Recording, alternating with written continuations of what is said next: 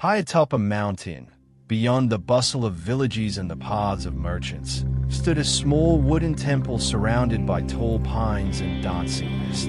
There lived Master Liu Shan, an elderly monk who hadn't descended into the valley in decades. Not because he shunned the world, but because the world rarely had anything to say that the wind couldn't already teach him. One morning, as the master was drawing water from the stream with his clay bowl, a young man arrived, breathless, along the stone path. His clothes were covered in dust, and his eyes burned with restlessness. "Master," said the young man, bowing, "I've come from the city. I've searched in books, in temples, in noise, and in silence. But my mind finds no peace. I always think, always fear, always desire. How can I find tranquility?" The master looked at the young man with the tenderness one has for a leaf stirred by the wind. He didn't answer right away. He simply handed him the bowl filled with fresh water and, with a gesture, indicated for him to follow. They walked in silence up a path that climbed between the trees until they reached a small stone platform where the wind whispered through the bamboo. From there, the entire valley could be seen. The master sat down, closed his eyes, and the young man did the same, without quite knowing why. Minutes passed.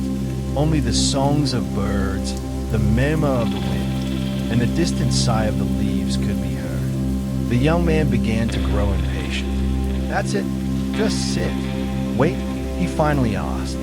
The master slowly opened his eyes and gazed at the valley without speaking. Then he picked up a stone and tossed it into the pond at his feet. Ripples spread in circles until they touched the shore.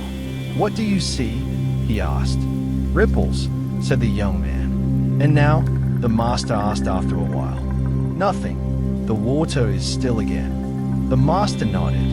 "Your mind is that pond. When you arrived, it was full of thoughts, desires, and fears, like stones falling one after another. But if you stop throwing more in, the water calms by itself, not through effort, but by ceasing to stir it." The young man looked at the pond. It was true. The surface now reflected the sky like a mirror, so I shouldn't do anything. The master smiled. "You must learn not to do. That is the hardest thing." The wind blew again through the trees, and the master stood up without haste. "Come tomorrow at dawn," he said as he slowly walked back down the path, "and bring less urgency with you. Tranquility is not achieved by chasing it like a goal, but by no longer feeding the agitation that hides it. Like the pond, the mind clears when we stop